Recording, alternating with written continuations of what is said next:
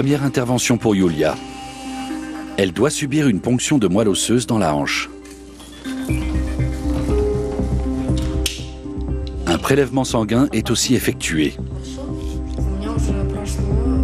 Les médecins ont besoin des cellules souches contenues dans le sang et dans la moelle de Yulia.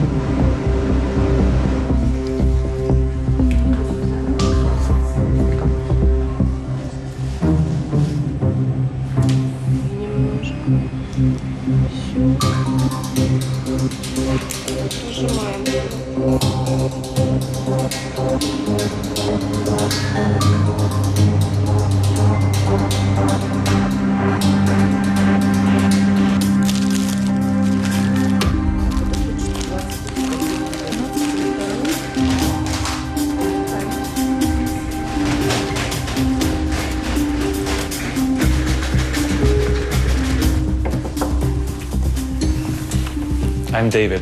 Bonjour, je suis David Green. Nice to meet you. Can I sit here? Je dirige la société Harvard Bioscience, qui a construit le bioréacteur pour votre trachée artificielle.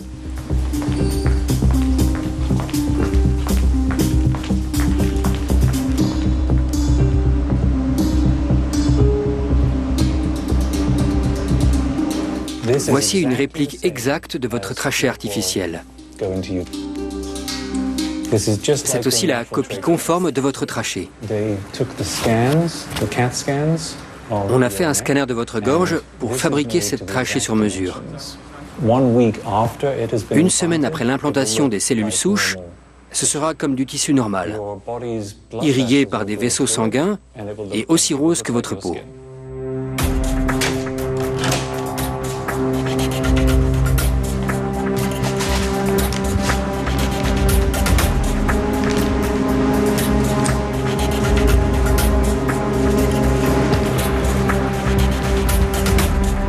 Les prélèvements de sang et de moelle de Yulia sont manipulés dans une cabine stérile appelée salle blanche. Philippe prépare l'extraction depuis 3 heures. Il met le sang et la moelle osseuse en présence de facteurs qui vont isoler les cellules souches.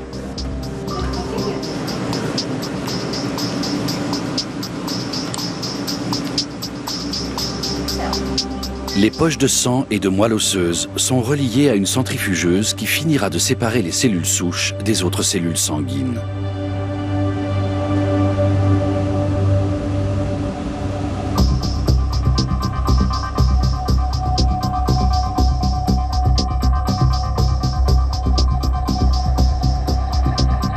Une heure plus tard, les cellules souches sont isolées.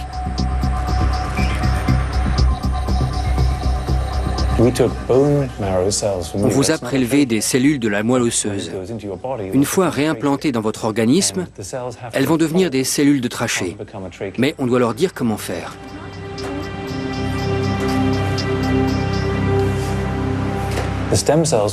La trachée est plongée dans le sérum de cellules souches jusqu'à la moitié. L'autre moitié est exposée à l'air. Ça permet de garder les cellules en vie en l'absence d'afflux sanguin. Pour leur expliquer comment se transformer en trachée, on va les traiter comme des bébés dans le ventre de leur mère. Vous avez un fils, je crois. Quand il était dans votre ventre, il respirait le liquide amniotique. Vous et moi respirons 15 fois par minute. Mais dans le ventre de la mère, les bébés respirent 1 fois par minute. Donc la trachée va faire 1 rotation par minute. Comme ça, la croissance des cellules sera la plus naturelle possible. Philippe arrose la trachée artificielle de cellules souches pendant plusieurs heures.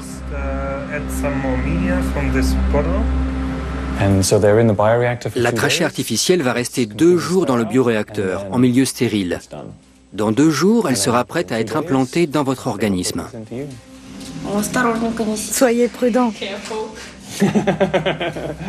Ne vous inquiétez pas, nous sommes très prudents.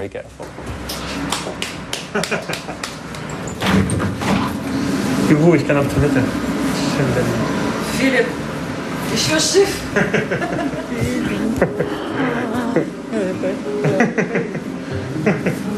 Ah, ça fait du bien. Ich komme gleich nochmal rein. Ja, und jetzt wird es 3 Tage, 2,5 Tage in den La trachée artificielle va tourner dans l'incubateur pendant 2 jours et demi. die Luftröhre und die Zellen, Les cellules devraient se multiplier. sodass wir am Tag der OP dann eine möglichst On espère que la trachée sera entièrement recouverte de cellules le jour de l'opération. Scaffold haben. Ui, ui, ui.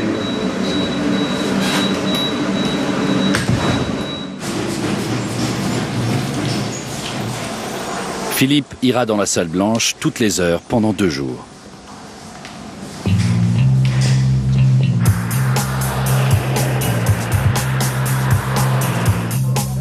À la même heure à Barcelone,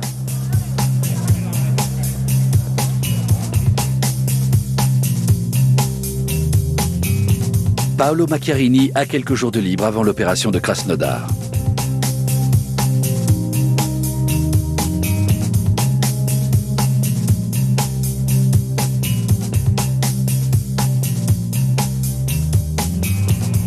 Il sera bientôt chez lui. Il habite dans un petit village au nord de Barcelone.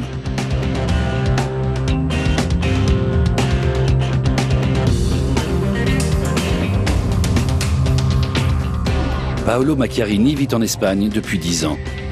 Avant cela, il a vécu 5 ans en Allemagne, à Hanovre.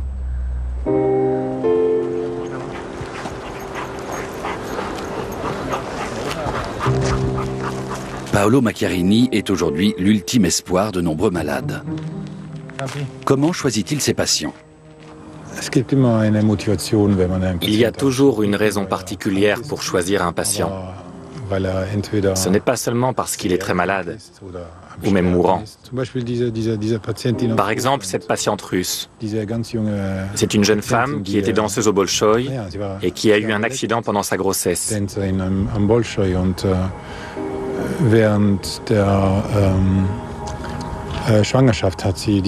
Elle a subi plusieurs opérations. Et quand elle m'a dit qu'elle ne pouvait pas jouer avec son enfant, ni le porter dans les bras, ça m'a beaucoup touché. Je suis resté très sensible.